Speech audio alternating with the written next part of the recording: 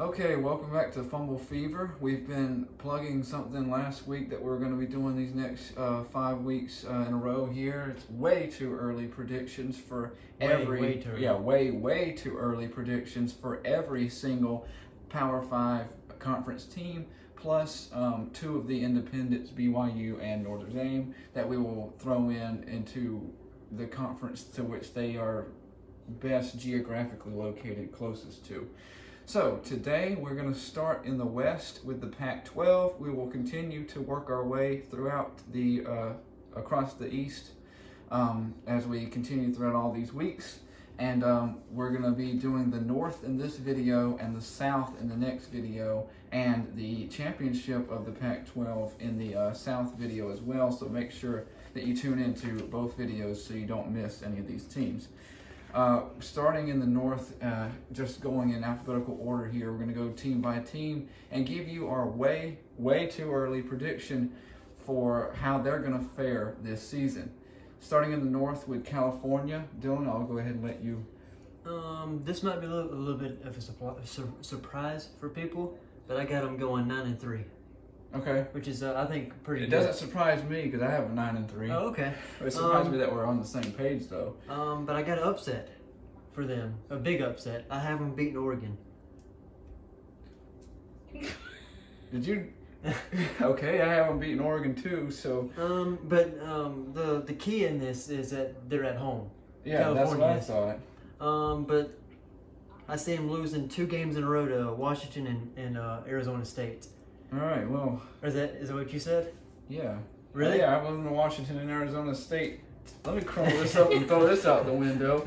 Okay, well, no, that's probably good. We're on the same page without even deliberating before this, so and, we're on the same page. Some little facts.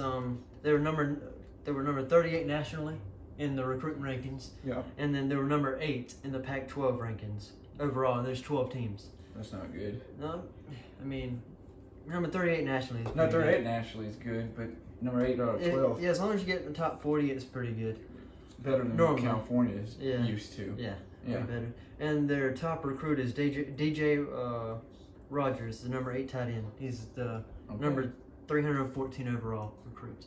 Yeah, and as you just said, 9-3 is what I have them. I have them at 9-3, 6-3 overall in the conference records, losing to 2 of those same teams.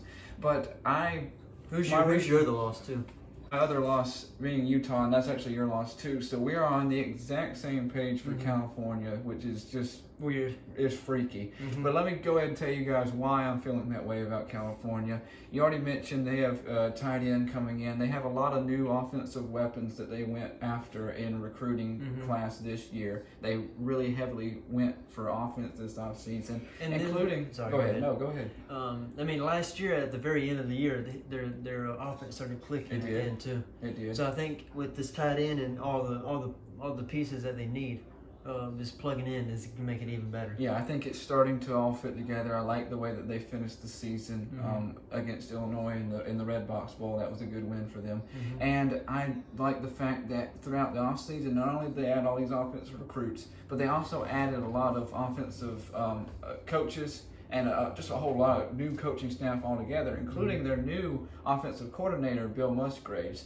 And for those of you that don't know anything about Bill Musgraves, he's had a lot of years in both college and the NFL, including a short stint where he turned around the Oakland Raiders, and he's worked with multiple very good quarterbacks such as Derek Carr and Matt Ryan. So between him and all the recruiting, I think it could be a surprising year for California.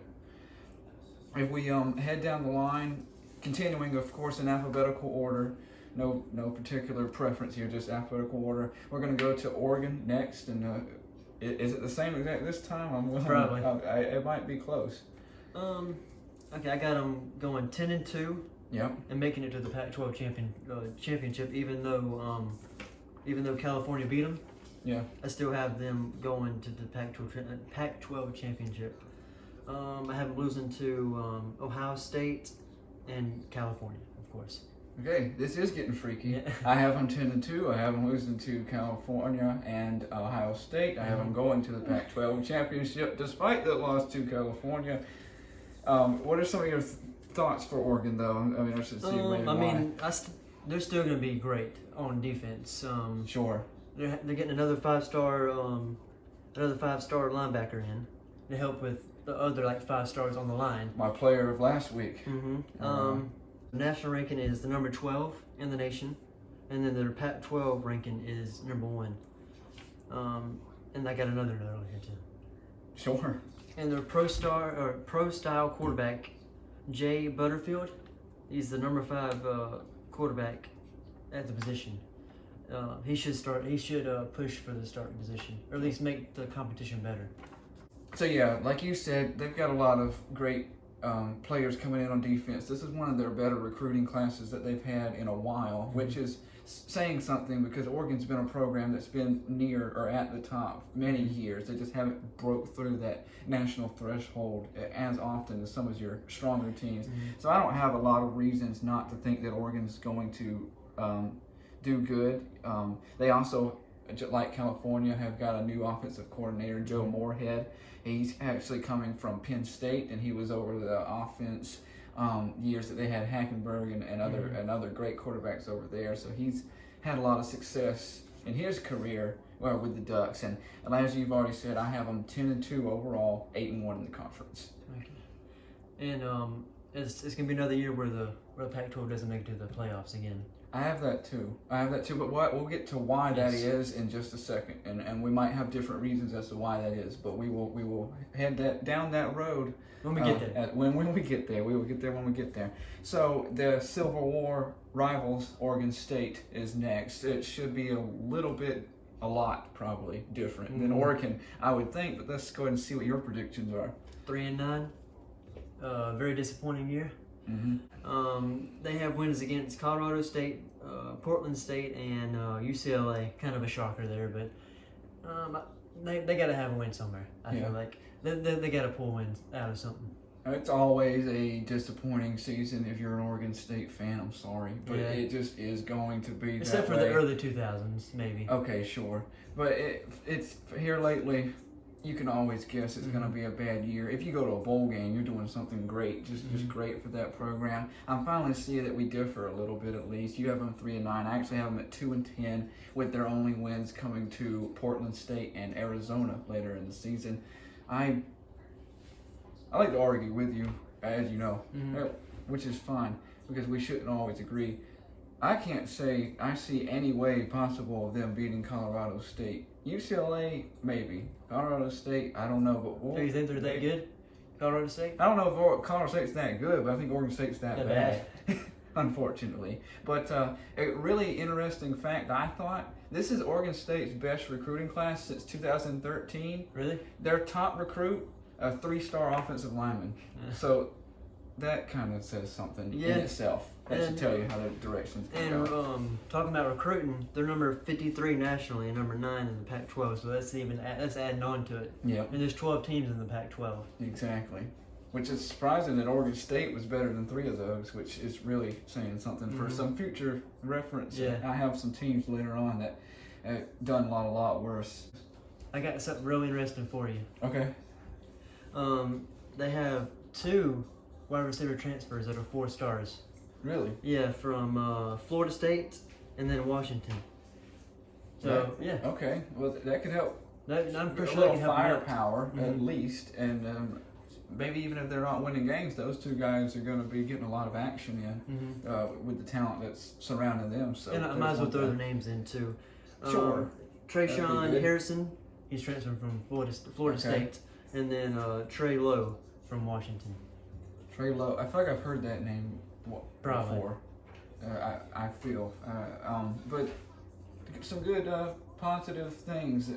We end on a positive note for the Beavers. That's great. But unfortunately, I have to go from one disappointing team to a team that I think is even more disappointing just because of the fact that they should be near the top and they're not, and that's Stanford. How do you feel about them? I got them 5-7, 6-6, borderline, but I'm going to stick with the 5-7. Okay. Sure. I have them at 6-6. so pretty close to you. 4-5 overall in the conference. By the way, Oregon State, I have 1-8 overall in the conference with that one win being against Arizona. But for Stanford, it's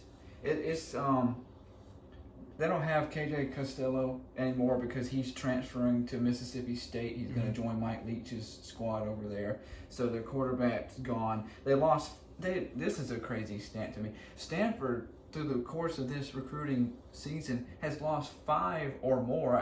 It was hard for me to keep count of people that are in the transfer portal. So they're losing more people than they're gaining in a recruiting class, in a sense. So whenever you have that going on, it cannot be good for you. Yeah. It cannot. It's just not going to happen. As we head down the line through the north, we have our last 2 teams, both from the same state. Washington first. Who do you have? How do you see Washington faring this year? I got them at 10-2. Pretty good year. It is a great year. Bounce back year, pretty much. They had 8 wins, I think, overall last year. They with recruiting, they had 16th overall nationally, and they were number 2 in the Pac-12.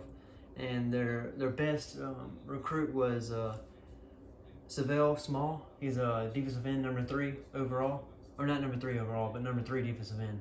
And he was he should push for starting time, I think. Yeah, because he's a pretty big guy. Sure.